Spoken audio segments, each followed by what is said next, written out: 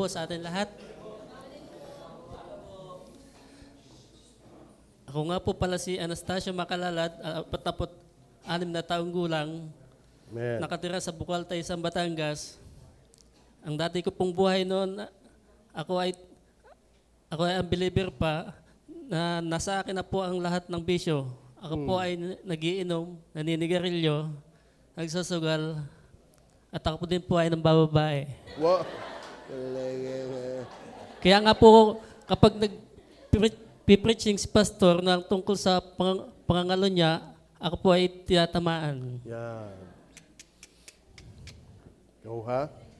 Ngayon po, nakakilala ako sa Panginoon nung ako ay nag-attend ng Bible study ng team ni Brother Henry. Yan. Dati nung kami ay nasa Alabang pa, ako ay nabautismuhan, kaso wala pa sa loob ko. Yun, kasi hindi pa ako tunay na ligtas. Aha. Pastor, maraming salamat po sa mga diinan ninyong pagpipreaching. Hindi po pala laro ang kasalanan. Dahil doon nagkaroon ako ng takot sa Panginoon. Wow. Man. Praise the Lord. Sa ngayon, pinipiliin ko ng mamuhay ayon sa kanyang kalooban. Amen.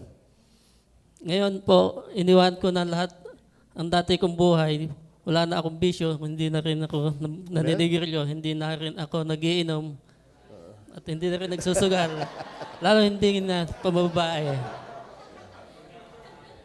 Amen. Ako po ay magpapabautismo hindi para maligtas, kundi dahil ako ay ligtas na.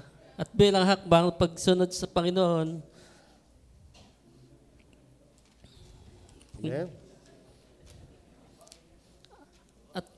at kung loloobin ng Panginoon na ako makabilang alin sa anumang ministry, ito ay aking tatanggapin ng buong puso. Wow. Salamat po.